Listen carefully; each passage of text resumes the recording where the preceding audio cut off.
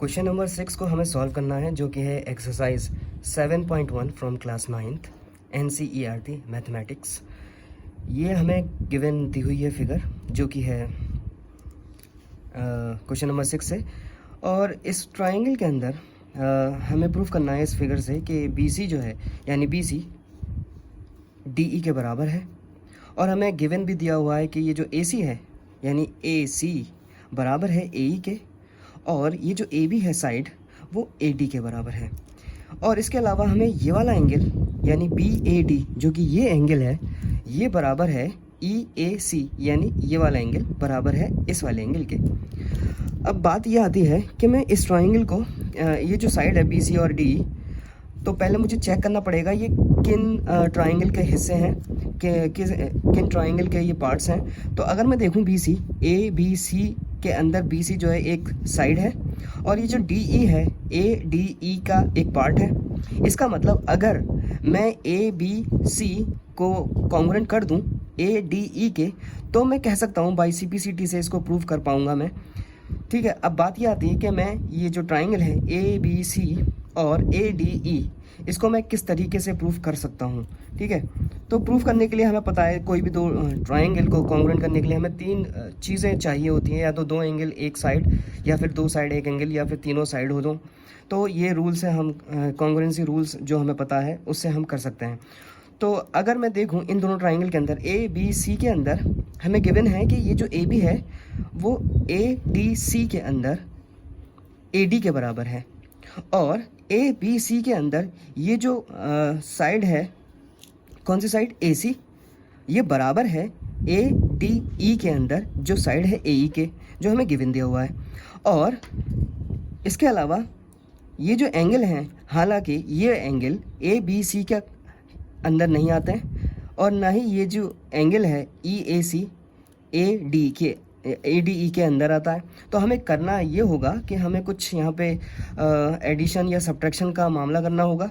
तो वो कैसे कर सकते हैं हम, मैं कह सकता हूँ ये जो इक्वेशन हमें एंगल गिवन दिया हुआ है, यानी BAD और EAC, इसको इक्वेशन 1 मान लूँ, और ये जो एंगल है इन दोनों के एंगल के बीच में DAC, ये जो एंगल है, अगर मैं इन दोनों एंगल में ये ऐड करवा दूं, तो मैं कह सकता हूं कि ये और ये दोनों एंगल मिलकर BAC को बना लेंगे, और ये दोनों एंगल मिलकर DAE को बना लेंगे, जिससे क्या होगा कि ये BAC जो ट्राइंगल है ABC और ADE, ये दोनों कॉन्ग्रुएंट हो सकते हैं। तो अब मैं क्या करता हूँ, यहाँ पर ऐड करता हूँ मैं एंगल DAC को to both sides in equation 1।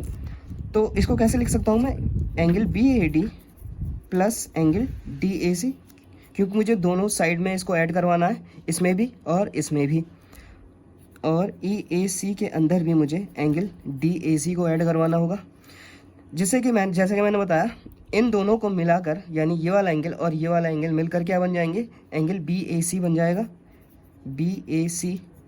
और ये जो एंगल था EAC, यानी ये वाला एंगल और ये वाला एंगल मिलने से क्या बनेगा, हमारा एंगल बनेगा EAD। इसको इक्वेशन में सेकंड मान लेता हूँ। अब मैं देखूँगा in triangle ABC and triangle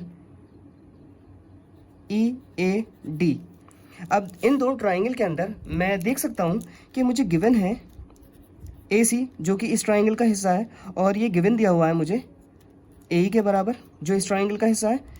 तो यहाँ पे मैं रीज़न में लिख सकता हूँ कि ये गिवन है, और मुझे क्या गिवन दिया हुआ है यहाँ पर, ये जो साइड है AB, जो इस ट्राइंगल का हिस्सा है AB, वो बराबर है AD के, जो कि इस वाले ट्राइंगल का हिस्सा है, ये भी मुझे गिवन दिया हुआ है।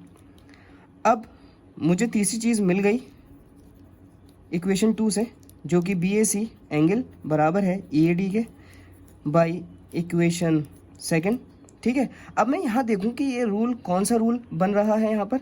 तो मैं इस ट्राइंगल के अंदर देखूँ, अगर BAC के अंदर ये साइड और ये साइड, इन दोनों के बीच में ये जो एंगल BAC है, ये वाला एंगल, ये इन दोनों साइड के बीच में आ रहा है। इसका मतलब मैं कह सकता हूँ कि यहाँ जो रूल लगेगा, जिस रूल के ज़रिए से ये दोनों ट्राइंगल यानी ABC और EAD कॉन्ग्रुएंट हो पाएंगे, वो रूल होगा एंगल साइड एंगल साइड।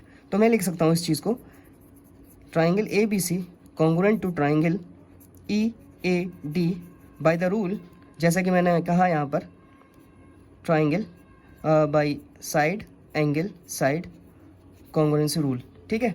अब मैं अगर देखूं BC जो है इसी ट्राइंगल का हिस्सा है, BC मतलब ABC के अंदर ही BC साइड आ रही है, और ये जो DE है AD यानी EAD जो कि हम कॉन्ग्रुएंट कर चुके हैं, ये DE उसी का हिस्सा है, DE और BC।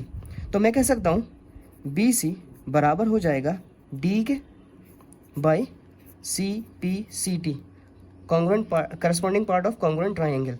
तो ये सवाल कुछ इसी तरीके से करना था हमें।